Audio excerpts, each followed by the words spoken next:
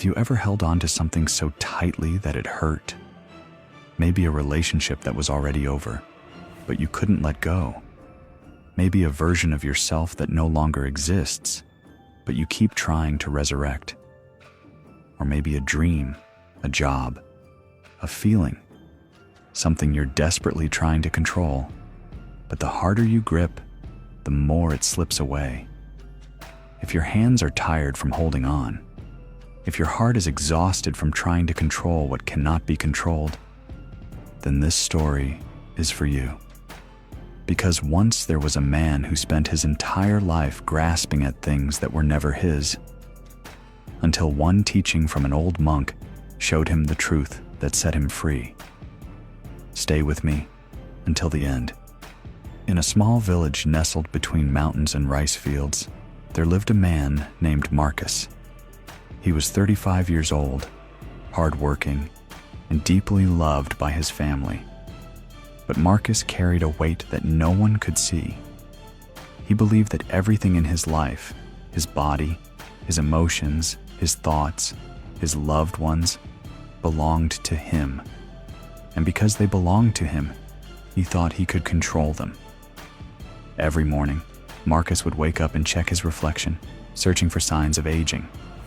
"My body is mine," he would say. "I must keep it young, strong, perfect." When his wife was sad, he became frustrated. "Why are you unhappy? I work hard for you. Your happiness belongs to me. I should be able to fix it." When his son chose a different path than Marcus had planned, he felt betrayed. "I am your father. Your life is part of my life. You must listen to me." And at night, when unwanted thoughts came, fear, doubt, regret, Marcus would lie awake and angry at his own mind. "These thoughts are mine. Why can't I make them stop?" His mother, a woman who had known great loss in her life but carried a strange peace, would watch her son struggle. "Marcus," she would say gently, "you are at war with the river, and the river always wins." But Marcus didn't understand. He only knew how to grip tighter. Then, in the space of 1 year, everything Marcus tried to control began to crumble. His father, who had been strong and healthy, suddenly fell ill. Marcus spent every penny he had, traveled to every doctor, prayed to every deity, but his father's body grew weaker. One night, holding his father's frail hand, Marcus whispered desperately, "Please don't leave. I need you. You're mine. You can't go." His father looked at him with tired eyes and said softly, "My son, I was never yours to keep." He passed away 3 days later. Marcus's world shattered, but worse was to come. His wife, tired of being treated like a possession rather than a partner, grew distant. "You don't love me," she said one evening. "You love the idea of owning me, controlling me. But I am not yours, Marcus. I never was." His son, now 18, left home without saying goodbye, a letter on the table. "Father, I cannot live as an extension of your dreams. I must find my own path." And Marcus's body, which he had guarded so carefully, began to betray him. Sleepless nights, chronic pain, gray hair no amount of dye could hide, wrinkles no cream could erase. He stood before the mirror one morning, looking at a stranger, older, exhausted, defeated, and for the first time, he couldn't stop the truth. "I control nothing. I own nothing. Everything I tried to hold has left me." He walked out of his house that day with no destination, feet carrying him toward the edge of the village where a small temple stood. He had never been a religious man, but something pulled him there. He collapsed at the temple steps, and tears came. Not gentle tears, but years of accumulated grief pouring out. An old monk, who had been sweeping the temple courtyard, approached slowly. He didn't ask what was wrong. He simply sat beside Marcus and waited. After a long silence, Marcus spoke, his voice broken. I lost everything. My father, my wife, my son, my health, my peace. I tried so hard to keep them, but they all left. What did I do wrong? The monk was quiet for a moment, and then gestured for Marcus to follow him. They walked to the river behind the temple. The monk picked up a handful of water and held it in his open palm. Tell me, Marcus, he said gently, does this water belong to me? Marcus looked confused. It's in your hand. Yes, but watch. The monk closed his fist tightly. Water squeezed out between his fingers, dripping back into the river. He opened his hand. Only a few drops remained. When I try to own it, to control it, it escapes. But watch again. He cupped his hands gently, scooping water. This time, he held it softly, allowing it to rest in his palms without gripping. When I hold it lightly, without claiming ownership, it stays as long as it can. And when it eventually flows away, as all water must, I am not hurt, because I never believed it was mine. The monk sat on a rock, motioning Marcus to join him. Marcus, you suffer not because you lost your father, your family, your youth. You suffer because you believed they belonged to you. But they're part of my life, Marcus protested weakly. They are part of your experience, the monk corrected gently. But experience is not ownership. He picked up 5 small pebbles from the riverbank. Your body, your feelings, your perceptions, your thoughts, your consciousness. Buddhism calls these the 5 aggregates. They make up your experience of being alive, but none of them belong to you. He held up the first pebble. Your body, is it truly yours? Can you command it not to age, not to get sick, not to die? If it were truly yours, you would have complete control, but you don't. Second pebble, your feelings. Can you tell sadness to leave and never return?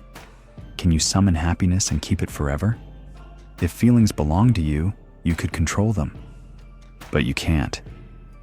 Third pebble, your thoughts. Right now, try to stop thinking for 1 full minute. Marcus tried. Within seconds, thoughts intruded. You see, even your thoughts are not under your command. They arise and fade like waves. You don't create them, you witness them. Fourth and fifth pebbles. Your memories, your sense of identity, all of it arises and passes away moment by moment. Nothing stays, nothing can be grasped.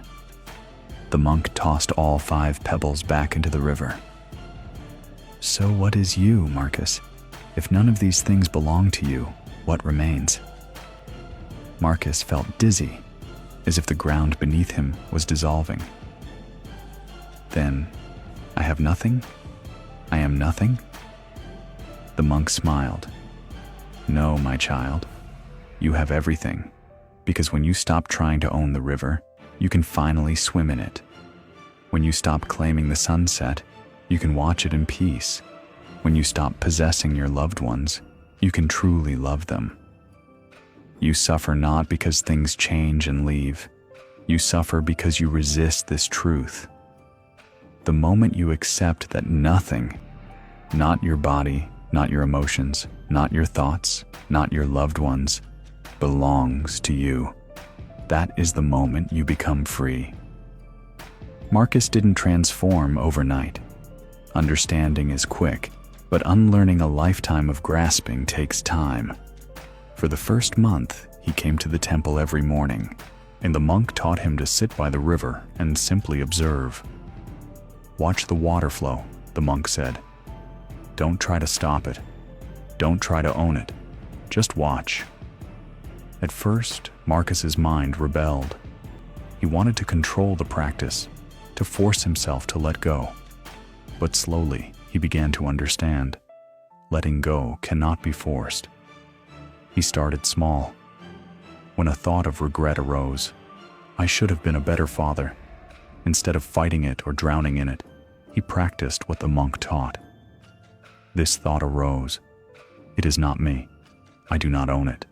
I watch it pass. And it did pass, faster than before. When his body ached, instead of resenting it, he whispered, "This pain is here, but it is not mine to command. It will leave when it leaves." And the suffering around the pain began to ease.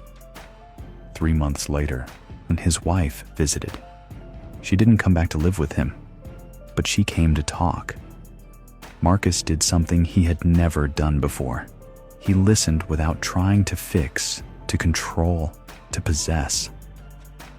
"I'm sorry," he said quietly, "for treating you like something I owned instead of someone I loved." She cried. So did he. They didn't reunite that day, but a different kind of love, freer, lighter, began to grow. 6 months passed. Marcus's son sent a letter. He was doing well, happy, finding his path. The old Marcus would have felt bitter, excluded. But now, Marcus read the letter with tears of joy. He is not mine to mold. He is his own person, living his own life. And that is beautiful. A year later, Marcus looked in the mirror again. The wrinkles were still there, the gray hair, the signs of aging.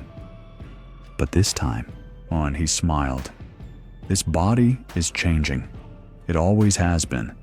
It will continue until it stops. That is not suffering. That is nature. And for the first time in years, Marcus felt at peace in his own skin. My friend, Marcus's story is your story. It's my story. It's the story of every human being who has ever tried to hold on to what cannot be held. Here is the truth. Your body is not yours. It's a temporary home that will age and return to dust. Your emotions are not yours. They are weather patterns that come and go like clouds. Your thoughts are not yours. They are electrical storms in the brain, arising without permission, fading without command. Your loved ones are not yours. They are fellow travelers, walking beside you for a time. You do not suffer because you have a body that ages. You suffer because you think you should be able to stop it. You do not suffer because you feel sadness. You suffer because you think you shouldn't. You do not suffer because people leave. You suffer because you believe they were yours to keep. But the moment you release your grip, not in defeat, but in wisdom, everything changes. When you stop claiming ownership over your body, you can care for it without fearing its inevitable decline. When you stop trying to control your emotions, you can feel them fully without being destroyed by them. When you love people without possessing them, you can cherish them without fear of loss. So here is what I invite you to try. For the next 7 days, when something causes you suffering, a pain in your body, an unwanted emotion, a difficult thought, and a person's behavior, pause and ask yourself, am I suffering because of this thing, or because I'm trying to own it, control it, keep it? Then whisper, this is not mine. I cannot control it. I release my grip. Not as giving up, as waking up. If this teaching touched something deep in you, share it with someone who is tired of holding on too tightly. Sometimes the kindest thing we can do for another person is show them how to open their hands. Remember, the river flows whether you try to own it or not. The sunset fades whether you grasp at it or not. Your life will unfold whether you clench your fists or open your palms. But only when you open your palms will you finally feel the breeze. Until next time, hold everything lightly. Love deeply, but possess nothing, because you are not what you own. You are the space in which all things arise and pass away, and that space is infinite.